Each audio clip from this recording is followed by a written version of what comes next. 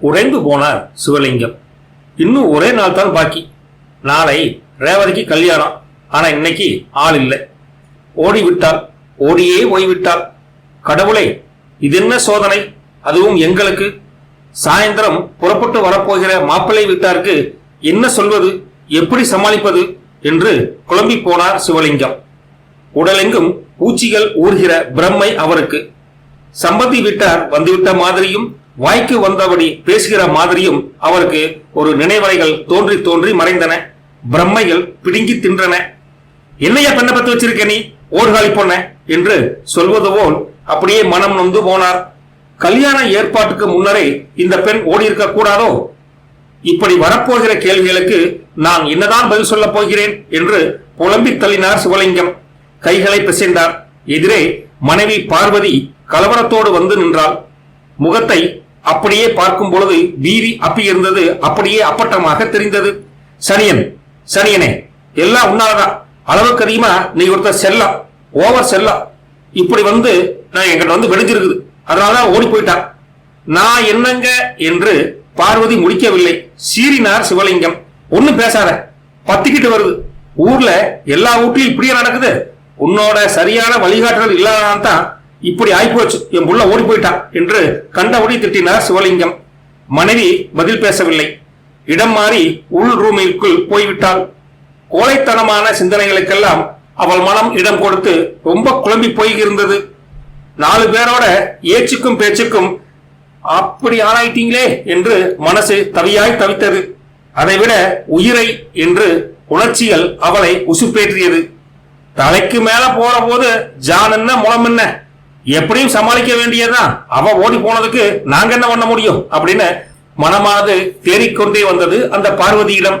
தலைக்கு மேல போற போது ஜான் என்ன முளம் என்ன, எப்படியும் இந்த சூழ்நிலைய சமாளிச்சுதான் ஆகணும். அவ ஓடி போனதுக்கு நான் என்ன பண்றது அப்படி என்று பார்வதி நினைத்தவாறே அப்படியே அறிவானது அவள் மனதை மேம்பட மாற்றிக்கொண்டே வந்தது. அறையிலிருந்து வெளியே வந்தாள். என்னங்க, அவங்க அதாவது சம்மதி வீட்டுக்காரங்க இங்க வர்றதுக்கு முன்னாடி தகவலை சொல்லிடுவானுங்க. அவங்க வந்ததுக்கு அப்புறம் சொன்னா ரொம்ப கலவரமாயி போயிடும் என்று பார்வதி ஐடியா கொடுக்க பார்வதியின் யோசனை சரியெனப்பட்டது சிவலிங்கத்திற்கு. சிவலிங்கம் தன்னுடைய டெலிபோனை எடுக்க போனார். பார்வதி, ஏங்க இப்ப ஏற்பட்ட பெரிய விஷயத்த போனியே சொல்லுவாங்க, நேர்ல போய் ஒரு 8 சூழ்நிலையை பார்த்துட்டு அனுசரித்து சொல்லிட்டு வாங்க என்று பார்வதி சொல்ல பார்வதி வரவில்லை. சிவலிங்கம் தனியாக கிளம்பி சம்மதி வீட்டுக்கு போனார். போகும்போது மாப்பிள்ளையின் வீடானது களை கட்டி இருந்தது. குவியலாய் ஜனங்கள். சிலர் வந்த வண்ணமாகவும் சிலர் அங்கிருந்து போன வண்ணமாகவும் இருந்து கொண்டே இருந்தனர். வாங்க சிவலிங்கம், வருங்கால சம்பந்தியாக வரவேண்டிய தனியாச்சலம் பவ்யமாக வரவேற்றார். சிவலிங்கத்திற்கு கிளம்பிய நேரத்தில் இருந்த தைரியம் இப்போது இனம் மாறிவிட்டது. இதே சிவலிங்கத்திற்கு இதயமானது இயல்பியை மீறி தட்டால் புடால் என ஸ்பீடாக அடித்துக் கொண்டிருந்தது. ஒரு அவசர சமாச்சாரங்க என்றார்.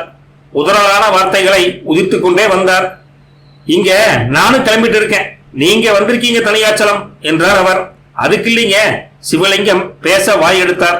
பேச்சு மிகவும் தடுமாறித்தான் போனது. உடனே தனியாச்சலம் சொன்னார், மிஸ்டர் சிவலிங்கம், டென்ஷன் ஆகாம நான் சொல்றத கேளுங்க. நம்ம காலம் வேறங்க, இப்ப இருக்கிற காலம் வேறங்க. தவிரவும் இப்ப பெண்கள் எல்லாம் சமுதாயத்துல சகஜமா ஆண்களோட வேலை பார்க்கறாங்க. அதனால என்று தொடர்ந்து அவர் பேசிக்கொண்டே வந்தார். சிவலிங்கத்திற்கு மனதானது கேள்வி கேட்டது. ஆமாம், நாம் என்ன சொல்ல வந்தோம், ஆனால் இவர் என்ன சொல்ல வருகிறார்? நம் மக ஓடிப்போன சமாச்சாரம் இவருக்கு முன்பே தெரிந்து விட்டதோ என்று யோசனை வந்தது. சிவலிங்கம் குழம்பினார். சம்பந்தியாக வரவேண்டிய தனியாச்சலமோ சிவலிங்கத்தின் பேச்சை கேட்காமல், என் பையன் ரொம்ப கட்டுப்பாடத்தான் இருந்தானுங்க, நானும் கட்டுப்பாடத்தான் வளர்த்தேன். ஆனா அவனோட ஆபீஸ்ல ஒர்க் பண்ற ஒரு பொண்ணு இவனை எப்படியோ மடக்கி போட்டாலும் தெரியுதுங்க. விவகாரம் முத்தி போச்சு. காலையில, அது இன்னைக்கு காலையில ரெஜிஸ்டர் ஆபீஸ்ல அந்த 2 பேர், என் பையனும் அந்த பிள்ளையும் பதிவு திருமணம் ஆயிட்டதா எனக்கு தகவல் வந்ததுங்க. அதுதான் உங்களுக்கு என்ன பதில் சொல்றதுனே தெரியாம, என்ன பண்றதே தெரியாம குலைந்து போய் நின்னான் அப்படின்னு குலைந்தார் தனியாச்சலம். நிமிர்ந்து உட்கார்ந்தார் நம்ம சிவலிங்கம்.